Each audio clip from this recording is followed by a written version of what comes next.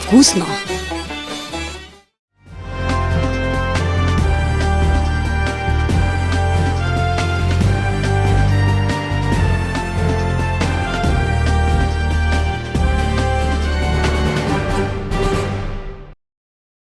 Летната туристичка сезона го бранува Охридското езеро. Расте бројот на пловни објекти, а со тоа и обврската за поголема безбедност.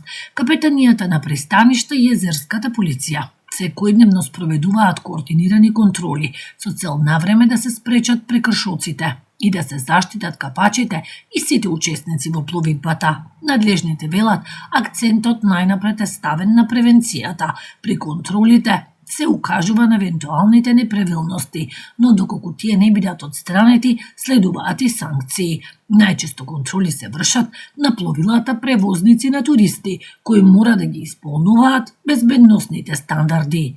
Во 2026 година извршени се до месец мај 38 инспекцијски надзори, од кои констатирани се 17 прекршоци. Најголемиот дел од тие прекршоци се однесуваат за пловење без уверение за управувач на чамец и пловење во ноќна пловидба. Неносење на заштитни елеци. Исто така сакам да апелирам, ќе се продолжи со акцијата за алкотестирање. Апелирам до управувачите на чамци да не конзумираат алкохол додека управуваат со својот пловен објект. Капетанијата потсетува дека туристите кои изнаемуваат пловен објект прво мора да поседуваат уверение за управување со чамец, пловилото да биде регистрирано и опремено со целата задолжителна безбедносна опрема. Потсетуваат и дека глисирање не е дозволено на помалку од 300 метри од брегот, додека во јули и август скутерите не смеат да се користат во периодот од 11 до 19 часот со цел да се заштитат капачите.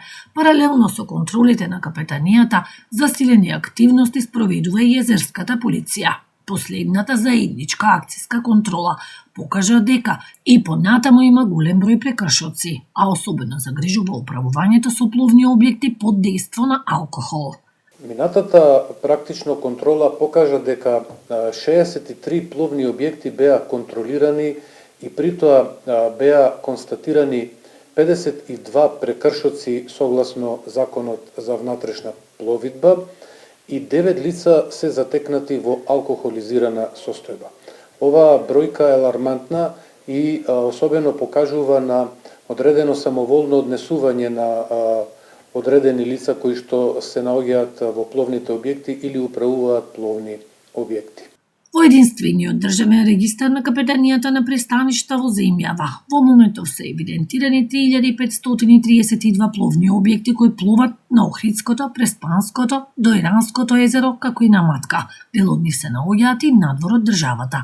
Полицијата и капетанијата најавуваат дека контролите ќе продолжат во текот на целата летна сезона и ќе бидат насочени не само кон управувачите на чамци и скутери, туку и кон лицата кои издаваат педалини и останати рекреативни пловни објекти. Советот на општина Охрид утре со почеток во 9 часот ќе ја одржи 12-тата седница на чиј дневен ред се 36 точки, меѓу кои ребаланс на буџетот за 2026 година и повеќе одлуки од значење за функционирањето на градот. Покрај измените и дополнувањата на програмите за урбанизам, култура, спорт, образование, локална патна инфраструктура, водоснабдување, јавно осветлување и изградба на паркинг простори, пред советниците ќе се најде и предлог одлуката за отстапување на користење на дел од јавните паркинг простори во Охрид на јавното предпријатие Билјанини извори. Станува збор за паркинг просторот кај крстосницата на улиците Цар Самуил и Коста Абраш пред црквата Света Софија, паркингот долж целата улица Илинденска, како и паркинг просторот на улицата Коста Абраш кај Сарајште. Доколку Советот ја усвои одлуката, со овие локации, каде досега не се наплатуваше паркинг, ќе стопанисува јавното предпријатие, што отвора можност за воведување организирано управување и наплата. Советниците ќе расправаат и за предлог одлуката за продолжување на работното време на занаетчиските субјекти, како и за повеќе одлуки, поврзани со урбанистичко-планската документација за вклопување на бесправно изградени објекти. Од бреговите на Охридското езеро, кое е дел од светското наследство на УНЕСКО, до историските улици и природните убавини на Охрид, Google Street View повторно се враќа во Македонија за обемно обновување на фотографиите низ целата земја. Во рамки на новото снимање ќе бидат опфатени околу 13.000 километри патишта, вклучувајќи ги Охрид, Скопје, Битола, Струга, Прилеп, Тетово, Куманово, Струмица, Велес, Штип и други градови.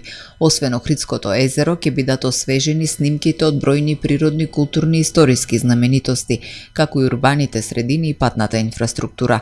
Ажурираните фотографии ќе овозможат Google Maps попрецизно да ги прикажува промените низ земјата, олеснувајќи ја навигацијата, планирањето патувања и пронаоѓањето локални бизниси и знаменитости. Street View им овозможува на корисниците виртуелно да истражуваат улици, населби, туристички дестинации пред да ги посетат, а со новите снимки ќе понуди уште пореален приказ на Македонија и нејзиниот бисер Охрид.